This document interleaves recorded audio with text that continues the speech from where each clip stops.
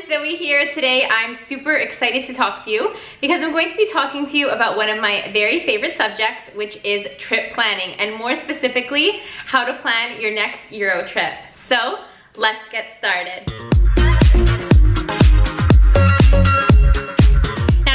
Off, I just want to let you guys know that this video is being sponsored by the amazing language learning app Babbel. Babbel is available on desktop, iOS, and Android, and by clicking the link down in the description box, you can get a special 3-for-3 offer. Babbel will get you ready to use your new language in real-life situations, which can be extremely helpful while traveling. You're going to learn useful words and phrases, and therefore can use it directly when needed. So this could be in restaurants, cafes, if you need to ask someone to watch your laptop, if you're like me and have to go to the washroom, or if you have any type of allergies or you're looking for directions. Having a familiarity with the language can be very beneficial while on your travels. One can download the lessons from Babbel and use these offline. This can be helpful while you are traveling to continue learning, or if you know that you're off to another country, to brush up before you get there. So while planning out your next Euro trip, don't forget to download Babbel and take advantage of the special offer down below. As I mentioned, having a familiarity with the language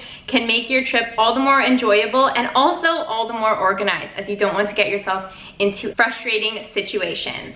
And to avoid frustration, I'm going to get into my step-by-step process on how I book my Euro trips or my summer adventures. So first things first is deciding on locations that you want to go. As I mentioned, this video is going to be a focus on Europe, as that is where I'm currently living and currently love traveling.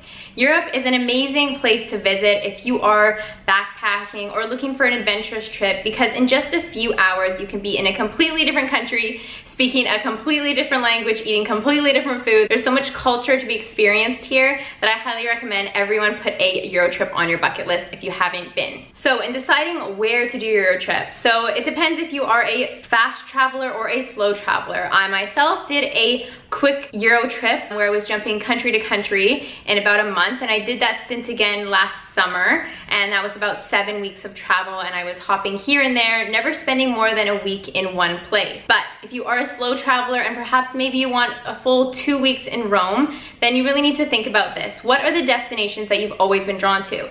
Is there a certain monument that you've always wanted to see? Maybe this is the Colosseum, maybe this is the Eiffel Tower in Paris, and you've always had this on your vision board. You're gonna need to narrow it down to the must-see places that you have wanted to go for a very long time, because when you have these motivations to visit them, you're going to be filled with energy every single day to get out there and exploring. When you are deciding on locations, this is also when you are going to be figuring out what your budget is. So I'm going to give you a little example here. When I was traveling around for 7 weeks last summer, I went to Portugal for a week. I stayed on the beach in Ericeira, this little surf town, and I paid 125 euros at a surf house for 1 full week, and this included breakfast every single day. There was also a kitchenette there I could make food at. It was a very chill, fun place to stay, but I paid the exact same amount of money, 125 euros, to stay 1 night in a hotel in Mykonos. So this is how you might want to think about choosing places, is perhaps you want to go someplace you know is going to be a little bit more expensive depending on where you want to stay. Maybe this is Mykonos, Greece, maybe it's Paris, France, and you would like to stay in a hotel that looks over the Eiffel Tower. But then to budget or to balance the cost, you can choose a place like Portugal, where I say you have amazing food, amazing beach experience if that's something you're looking for, and pay a little amount of money. I was just recently in Portugal, and there was a few times when I was looking at the bill thinking that I was stealing something because it was so inexpensive in comparison to Italy, what I'm most used to. A good way to do this type of research is to check on something like hostelworld.com and see what you're looking at for hostels. Check out Airbnb and see what you're looking at for B&Bs, and then also go on something like booking.com to check out how much hotels are going for. And in regards to food, know if you feel like you want to cook a lot of meals yourself or if you want to go out. Then you can budget for that as well. The next step in booking the trip, which also ties into budget as well, is deciding if you're going to go with someone or if you're going to go solo.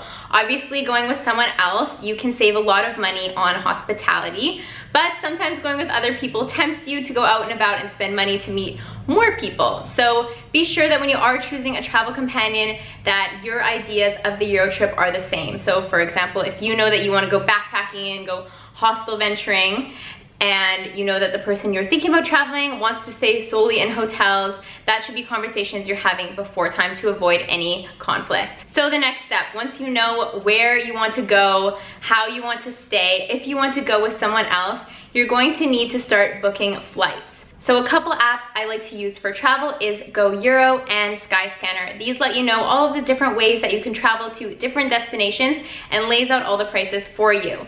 Something like trains, you don't actually have to book far in advance because, for example, Termini Station in Rome, there are multiple trains each day going all across the country, whether this be to Florence, Venice, Sicily. There are trains going all the time, and I've noticed that Europe all around is a pretty train-friendly place. And by going to the train station, even if it's a couple days before, you should be able to buy tickets for when you decide to leave. So once your connections are booked country to country, island to island, you're going to need to start looking for accommodation. And I definitely recommend booking accommodation for your entire trip before you leave on your trip to avoid having to spend a lot of money last minute because you can't get into a hotel, B&B, or hostel somewhere. Also, by having accommodation, you know that when you get off of the plane, the train, the ferry, however long your journey may be, if you have a destination already pre-planned out how to get there, you can just get there and relax as soon as you get in. So my final tip in planning your Euro trip is to create sample itineraries.